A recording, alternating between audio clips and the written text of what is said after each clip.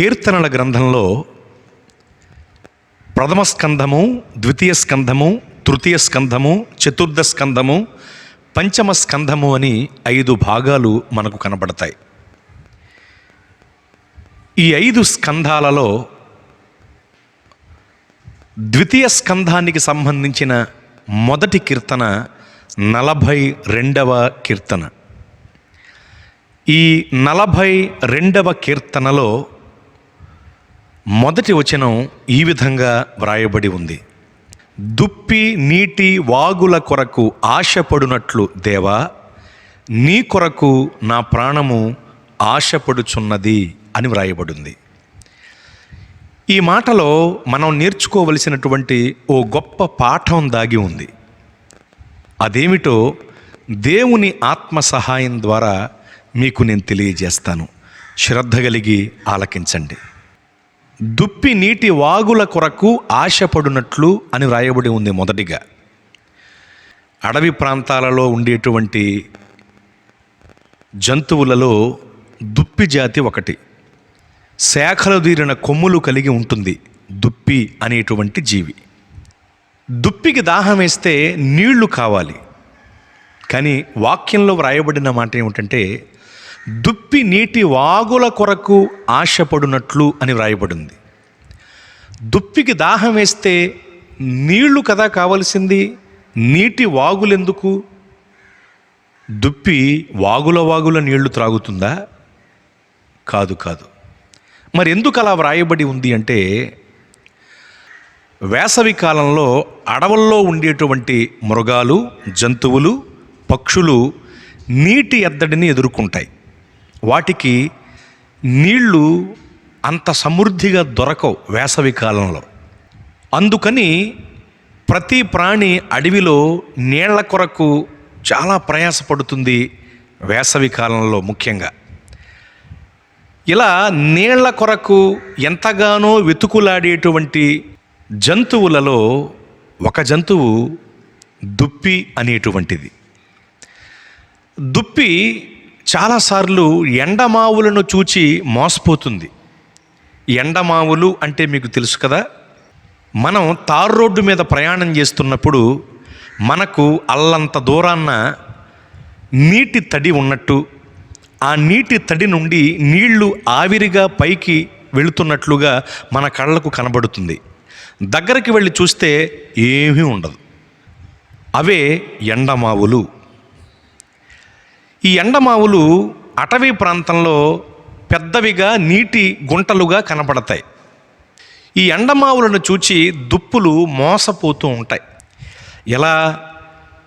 అక్కడక్కడ దొరికేటువంటి మేతను భుజించినటువంటి ఈ దుప్పులు లేక దుప్పి దాహాత్ని తీర్చుకోవటానికి నీళ్ల కొరకు వెతుకుతుంది. నీళ్ల కొరకు వెతుకుతున్నప్పుడు వేసవి కాలంలో ఎండమావులు కనపడతాయి. దానికి నీటి గుంటలుగా కనిపించి మాయమైపోయేవే ఎండమావులు. ఆ ఎండమావులను చూచి పరుగున వెళుతుంది. ఇది అక్కడికి వెళ్ళేసరికి అక్కడ లేకుండా పోయి మాయమైపోయి ఇంకో చోట కనపడుతుంది ఎండమావు. అక్కడికి పరిగెడుతుంది మళ్ళీ. ఓహో, నేను దాహాత్ని తీర్చుకునేటువంటి ఆలోచనలో హడావిళ్ళో పరుగున వచ్చి ఇక్కడ ఆగిపోయాను, అక్కడుందన్నమాట అది అని అక్కడికి పరిగెడుతుంది. అలా ఎండమావులను చూచి మోసపోయి ఎండమావుల వెంట పరిగెట్టి ఈ దుప్పులు దారి తప్పిపోతూ ఉంటాయి. అలా దారి తప్పిపోయినటువంటి దుప్పి ఒక్కోసారి శత్రువు ఉన్న స్థావరాలకు వెళ్ళిపోతుంది. దుప్పికి శత్రువులు ఎవరు అంటే ప్రధానంగా సింహము, పులి. ఇవి దుప్పికి శత్రువులు. ఉదాహరణకి దుప్పి ఎండమావులను చూచి మోసపోయి ఎండమావులలో నీళ్లున్నాయనుకుని వాటి వెంట పరిగెట్టి దారి తప్పిపోయి శత్రువైన సింహం ఉన్న స్థావరం దగ్గరికి వెళ్ళిపోయింది. దుప్పి యొక్క అలికిడిని, దుప్పి వచ్చిన సంగతిని సింహము పసిగట్టి భయంకరంగా గర్జిస్తూ సింహం దుప్పిపైకి దూకింది. తన మీదకి దూకుతున్నటువంటి సింహం బారి నుండి తప్పించుకోవాలనే ప్రయత్నంలో పరిగెట్టడం మొదలుపెట్టింది. అలా పరిగెడుతూ ఉంది దుప్పి. ప్రాణాన్ని కాపాడుకోవటానికి, సింహం బారి నుండి తప్పించబడటానికి పరిగెడుతుంది దుప్పి. ఆ సమయంలో దుప్పికి కావలసింది నీళ్లు కాదు, నీటి వాగులు. గుర్తుంచుకోండి, దుప్పికి దాహం వేసినప్పుడు నీళ్లు కావాలి, శత్రువైన సింహము తరుముతున్నప్పుడు దుప్పికి నీటి వాగులు కావాలి. ఎందుకంటే దుప్పికి దాగుచోటు నీటి వాగులే. ఎలా అంటారా? మీకు చెబుతాను. సింహం తరుముతోంది, దుప్పి పరిగెడుతూ ఉంది. అలా పరిగెడుతున్న దుప్పి నీటి వాగుల కొరకు అటు ఇటు వెతుకులాడుతూ పరిగెడుతుందండి. అందుకనే చాలాసార్లు సింహం కంటే ఎక్కువగా పరిగెత్తే సామర్థ్యత ఉండి కూడా దుప్పి అనేటువంటి జంతువులు సింహం నోటికి చిక్కి చనిపోతూ ఉంటాయి. శత్రువైన సింహం తరుముతున్నప్పుడు వాటికి దాగు చోటు నీటి వాగులే. అందుకనే అవి నీటి వాగులను వెతుకుతూ పరిగెడతాయి, ఊరికే పరిగెట్టవై, అటు ఇటు చూస్తూ వెతుకుతూ పరిగెడతాయి. అలా పరిగెడుతూ సింహం బారి నుండి తప్పించుకోవాలని ప్రయత్నంలో పరిగెడుతున్న దుప్పికి నీటి వాగులు కనిపించిన వెంటనే దుప్పి ఆ నీటి వాగులోనికి దూకేస్తుందండి. దూకి దాని పొడవాటి కొమ్ములు, శాఖలు తీరిన కొమ్ముల్ని భూమికి అదిమి పట్టి ప్రవాహంలో కొట్టుకుపోకుండా తనను తాను నిలుపుకుంటుంది. వెంటనే దాని 4 కాళ్ళు ఇలా మడిచి మెల్లగా బ్యాలెన్స్గా అలా ఊపుతూ ముక్కు రంధ్రాలు కొద్దిగా అలా నీటిలో నుండి పైకి పెట్టి, ముక్కు రంధ్రాలు మాత్రమే అలా కొద్దిగా పైకి పెట్టి శ్వాస పీల్చుకుంటూ చాలా సమయం దుప్పి అలా నీటిలో ఉండిపోతుందండి. ఎందుకంటే దుప్పికి దాగుచోటు నీటి వాగులు. దుప్పి నీళ్లల్లో అలా దాక్కోగలదు శత్రువు తరుముతున్నప్పుడు. అలా ఎప్పుడైతే దుప్పి నీళ్ల లోపల దాక్కుందో, ఇక దుప్పిని తరుముతున్న సింహపు కంటికి దుప్పి కనపడదు. వెంటనే సింహం ఏం చేస్తుందంటే, ఎక్కడో ఈ దుప్పి నక్కుంటుంది, ఇది ఎక్కడుందో మనం పసిగట్టాలి అని సింహం ఏం చేస్తుందంటే గట్టిగా ఊపిరి పీలుస్తుంది, శ్వాస తీసుకుంటుంది. ఎందుకు? దుప్పి నుండి ఒక విధమైన వాసన వస్తుందండి. గొర్రె మేకల నుండి ఎలాగైతే వాసన వస్తుందో దుప్పి నుండి కూడా ఒక రకమైన వాసన వస్తుంది. ఆ వాసన ద్వారా ఇది ఎక్కడుందో పసిగట్టేసి దీన్ని వేటాడటానికి సింహం శ్వాస పీల్చుకుంటుంది, గాలి పీల్చుకుంటుంది. అయితే ఆశ్చర్యం ఏమిటంటే దుప్పి నుండి వచ్చేటువంటి ఆ వాసన, దుర్గంధం ఏదైతే ఉందో అది సింహానికి రాదు. దుప్పి నుండి వచ్చే వాసన సింహానికి తెలీదు. ఎందుకంటే అది నీళ్లల్లో దాక్కునుంది. తన దాగుచోటైన నీళ్లల్లో దుప్పి దాక్కున్నప్పుడు, ఒకటి, శత్రువైన సింహము కళ్ళకది కనపడదు. 2, దాని నుండి వచ్చేటువంటి వాసన, దుర్గంధం ఏదైతే ఉందో అది రాదు, బయటికి రాదు. అప్పుడు సింహం కన్ఫర్మ్ చేసుకుంటుంది. ఏమని? ఇది నా నుండి తప్పించుకుపోయింది ఎక్కడికో అని. కాస్త అటు ఇటు చూసి ఇంకా సింహం మెల్లగా వెళ్ళిపోతుంది. సింహం వెళ్ళిపోయిందన్న సంగతి దుప్పి గమనిస్తుంది. ఎలా అంటారా? సింహం నుండి కూడా ఒక రకమైన వాసన వస్తుంది. ఇళ్లలో పెంచుకునేటువంటి కుక్కల నుండి కూడా ఒక రకమైన వాసన వస్తూ ఉంటుంది కదండి. అలా ప్రతి జీవి నుండి దానికి సంబంధించినటువంటి దుర్గంధం వస్తూ ఉంటుంది. సింహం నుండి కూడా ఒక విధమైనటువంటి వాసన వస్తుంది. ఈ వాసనను దుప్పి పసిగట్టగలదు. ఎందుకు? ముక్కు రంధ్రాలు పైకి పెట్టి శ్వాస పీల్చుకుంటుంది కనుక దీనికి తెలుస్తుంది. సింహము నుండి వచ్చేటువంటి ఆ వాసన రావటం లేదు అని దుప్పి గమనించినప్పుడు మరలా యథాస్థానానికి వచ్చి నుంచుంటుంది. యథాస్థానానికి వచ్చి నుంచుని అలా నీళ్ల ఒడ్డుకు చేరుకుని ఏం చేస్తుందంటే కడుపు నిండా నీళ్లు త్రాగి దాహం తీర్చుకుని మరలా తన స్థావరానికి తాను వెళ్ళిపోతుంది. మీకు అర్థం కావటానికి ఇదంతా ఓ కథారూపంలో చెప్పాను. జాగ్రత్తగా గమనిస్తున్నారా? దుప్పి నీటి వాగుల కొరకు ఆశపడునట్లు అన్నారు కీర్తనాకారులు. దుప్పి నీటి వాగుల కొరకు ఆశపడటం ఏమిటి అంటే దాహం వేసినప్పుడు దుప్పికి నీళ్లు కావాలి, శత్రువైన సింహము తరుముతున్నప్పుడు దుప్పికి నీటి వాగులు కావాలి. దుప్పికి దాగు చోటు నీటి వాగులే. ఇదే విషయాన్ని తీసుకుని కీర్తనాకారులు అంటున్నారు, దుప్పి నీటి వాగుల కొరకు ఆశపడునట్లు దేవా నీ కొరకు నా ప్రాణము ఆశపడుచున్నది అన్నారు. ప్రియులారా, ఈనాడు ప్రతి ఒక్కళ్ళు చేయవలసిన ప్రార్థన ఇది.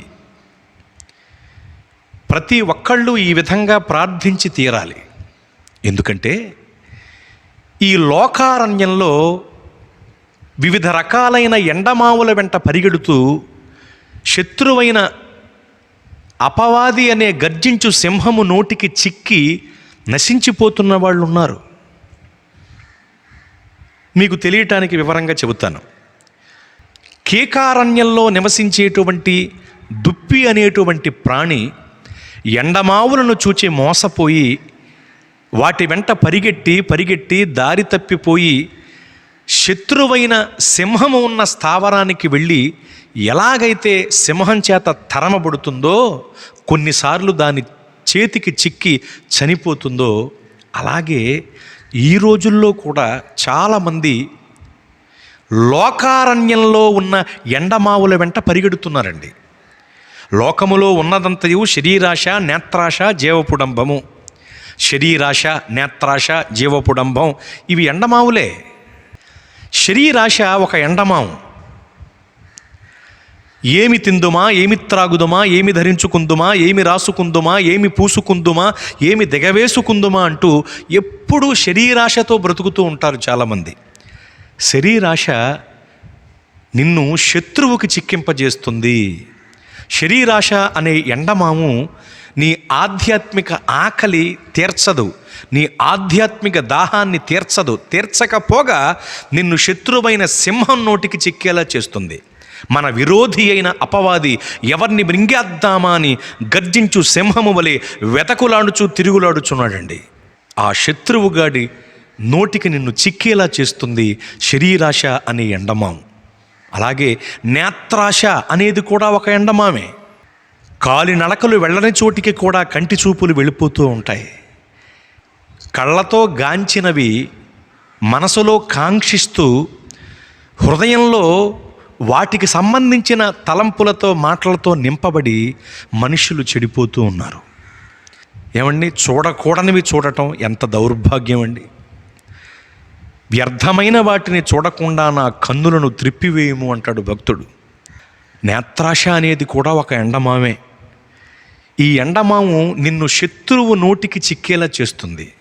మన విరోధి అయిన అపవాది అనే గర్జించు సింహానికి నిన్ను చిక్కింపజేస్తుంది, నరకానికి త్రొక్కింపజేస్తుంది ఈ ఎండమాము, ఈ నేత్రాశ అనేటువంటి ఎండమాము. అలాగే జీవపు డంభము అనేది కూడా ఒక ఎండమామే. జీవపు డంభము అంటే గొప్ప చెప్పుకోవటం. చాలామంది తమను గురించి తాము గప్పాలు కొట్టుకునే వాళ్ళు ఉంటారు. డబ్బా కొట్టుకోవటం అంటారు కదండి. నేనంటే ఏంటనుకున్నారు? కొండ, మట్టి, గడ్డ, రాయి, రెప్ప, ఎలుక, ఏనుగు, ఒంటె, కుందేలు, సింహం, పులి, గుర్రం అనేటువంటి రకరకాల పదప్రయోగాలతో తమ గురించి రకరకాలుగా గప్పాలు కొట్టుకునేటువంటి వాళ్ళు ఉంటారు.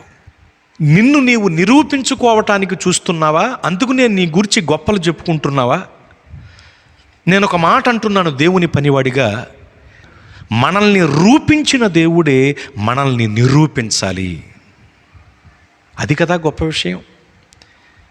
నిన్ను రూపించిన దేవుడు, నన్ను రూపించిన దేవుడే మనల్ని నిరూపించినప్పుడు విజయోత్సాహంతో ఊరేగించబడిన వారం అవుతాం.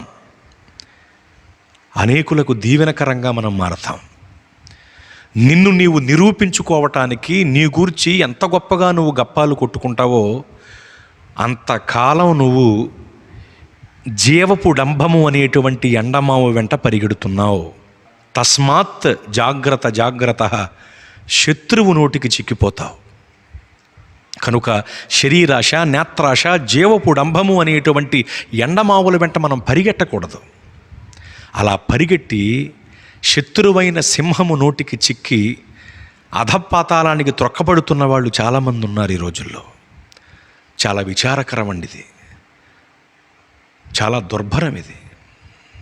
అందుకు నేను దేవుని పనివాడిగా వాక్యాన్ని బట్టి చెబుతున్నాను, మన దాగుచోటు ప్రభువైన యేసు. నా దాగుచోటు నీవే అన్నాడు భక్తుడు. కనుక మన దాగుచోటు ప్రభువైన యేసు క్రీస్తు. శరీరాశ, నేత్రాశ, జీవపు డంబమనబడిన ఎండమావుల వెంట పరుగు మాని జీవజల నీటి ఓటలైన ప్రభు తట్టు నీవు తిరగాలి. పరుగుడి ప్రభు మార్గంలోనికి రావాలి. మన దాగుచోటైన ప్రభువులో నీవు ఉండాలి. ప్రభువు నందు నీవు ఉండాలి. మీకు ఇంకా బాగా అర్థం కావటానికి చెప్తాను. దుప్పికి నీటి వాగులు కనిపించిన వెంటనే ఆ నీటి వాగుల్లోనికి దూకి దుప్పి దాక్కుంటుంది అని చెప్పాను కదా. అలా దాక్కున్నప్పుడు మొట్టమొదటిగా దుప్పి శత్రువైన సింహము కంటికి కనబడదు. అలాగే జీవజల నీటి వాగులైన ప్రభు మార్గంలోనికి వస్తే, మన దాగుచోటైన ప్రభువులోనికి నీ వస్తే శత్రువు కంటికి నువ్వు కనబడవు. నువ్వు ధరించుకున్న క్రీస్తే కనబడతారు. అంతేకాదు, దుప్పి నుండి వచ్చేటువంటి దుర్గంధం బయటికి రాదు నీటి వాగుల్లో దాక్కున్న తరువాత. అలాగే నీ యొక్క పాపపు దుర్గంధం ఏదైతే ఉందో అది ఇంకా ఉండదు. ప్రభు తన రక్తధారలతో నిన్ను కడిగి పవిత్రపరుస్తారు ఆయన మార్గంలోనికి వస్తే. శత్రువు నుండి తప్పించబడిన తరువాత దుప్పి యథాస్థానానికి మరలా వచ్చి ఒడ్డుకు చేరుకుని దాహాత్ని తీరే వరకు నీళ్లు త్రాగి అప్పుడు తన స్థావరానికి వెళుతుంది. అలాగే నీవు జీవజల నీటి వాగులైన ప్రభువులోనికి వస్తే, ప్రభువునందు నీ ఉంటే నీ ఆధ్యాత్మిక దాహం తీర్చబడుతుంది. నీలో నుండి జీవధారలు ప్రవహిస్తాయి. అంతేకాదండి, కాబట్టి ఇప్పుడు క్రీస్తు యేసునందు ఉన్నవారికి ఏ శిక్షావిధియు లేదు అని లేఖనం చెబుతోంది. శిక్షావిధి నుండి నీవు తప్పించబడతావు ఆయనలోనికి వస్తే, ఆయన యందు నీవు ఉంటే. క్రీస్తు యేసునందు ఉంటే నీవు నూతన సృష్టి గావించబడతావు నువ్వు. అంతేకాదు, ఆయన యందు ఉంటే నువ్వు ఫలిస్తావు. నువ్వు జయించాలి, ఫలించాలి, జ్వలించాలి అంటే ఖచ్చితంగా క్రీస్తు యేసులోనికి నీవు రావాలి. క్రీస్తు యేసులోనికి నీవు రావాలి. మన దాగు చోటైన ప్రభువులోనికి, ప్రభు మార్గంలోనికి నీవు రావాలి. అప్పుడే నీ జీవితానికి పరమార్థం కలుగుతుంది, పరలోకం నీకు దొరుకుతుంది.